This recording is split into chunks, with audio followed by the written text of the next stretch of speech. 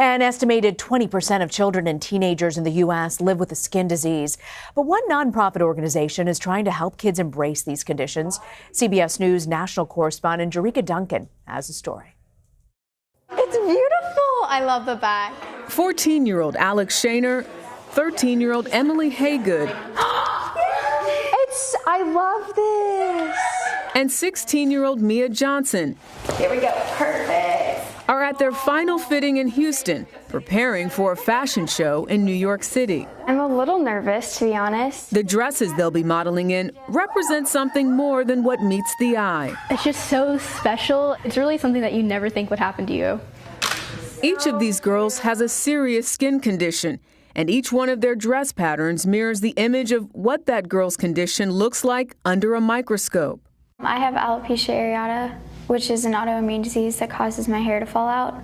In second grade, I lost all my hair, but it all grew back. And then in around 7th and 8th grade, I started losing even more hair. And that's when I think I got really scared. I was like, what if I go into high school bald with no hair? Like, what will people think of me? I have severe atopic dermatitis, like another word for eczema. People would ask me, is it contagious? Is it poison ivy? And that just really lowered my self-confidence. I have scleroderma on my face, and it's basically where I lose tissue, and it made me insecure going into middle school when people are trying to find themselves, you know, like find who you are. Mia, Alex, and Emily found each other through Dr. Alana Bree's A Children's House for the Soul in Houston. Look at you. Dr. Bree, a dermatologist by trade, left her high-paying job at a hospital and later opened the nonprofit 4 years ago.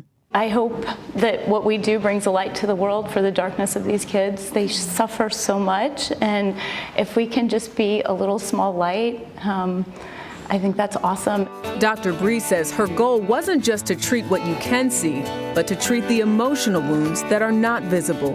Is there a cure for any of your skin conditions? There's not a cure, but mine, there's a possibility that it'll go away when I'm older. But I'm 13, I still have a lot of time to get older, so. And mine is inactive right now, so doctors recommend surgery and stuff, but, you know, because they want to fix you. But I've always denied it because it's a part of who I am. Most people, I think when they are diagnosed with a skin condition, they think that it's like probably the worst thing that could ever happen to them. Is that what you thought originally?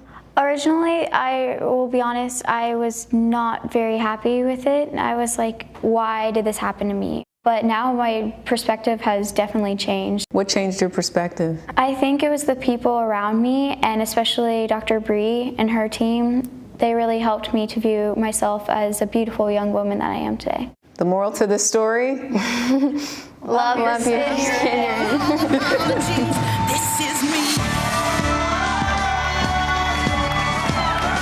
It's that attitude that brought these girls to this moment, where all eyes were on them for all the right reasons. Jericka Duncan joins me now on set. So, Jericka, why did Dr. Bree start this? You know, Dr. Bree said that this was a calling for her. She actually said, just from a spiritual standpoint, she felt like this is something that God was saying, you got to do more than just the work that you're doing. And then she just talked about being in a position where she could do a little bit more and wanted to make a difference, not with just what we see, but of course what people are going through internally, and the exposure that she had with a lot of these types of patients, especially young people. She knew she wanted to help them heal in a different way, because a lot of these cases, it's not like there's a cure and it goes away. Of course, they grow out of it, but some of it's lifelong conditions that these people, you know, these young girls who will grow up to be women will have to deal with. How did the doctor get in touch with this fashion designer? How did that all come about? So the fashion designer was someone that she knew who had worked with her, I guess, before with some different projects, because she does different programs through A Children's House for the Soul. And the idea of putting a pattern that matches the actual disease under a microscope was the idea of the young girls that they were working with. And they just sort of wanted to raise awareness. So the idea of kind of making this pattern, as you see there in the video, but you look really closely and it matches the actual skin condition under a microscope. That's what it looks like. But of course, they added a couple things, used some great colors, But it was just a fun way to raise awareness, but then empower these young girls who now feel emboldened and confident. And can I just say, these are some of the wisest, mature 13, 14, and 16-year-old girls that I met.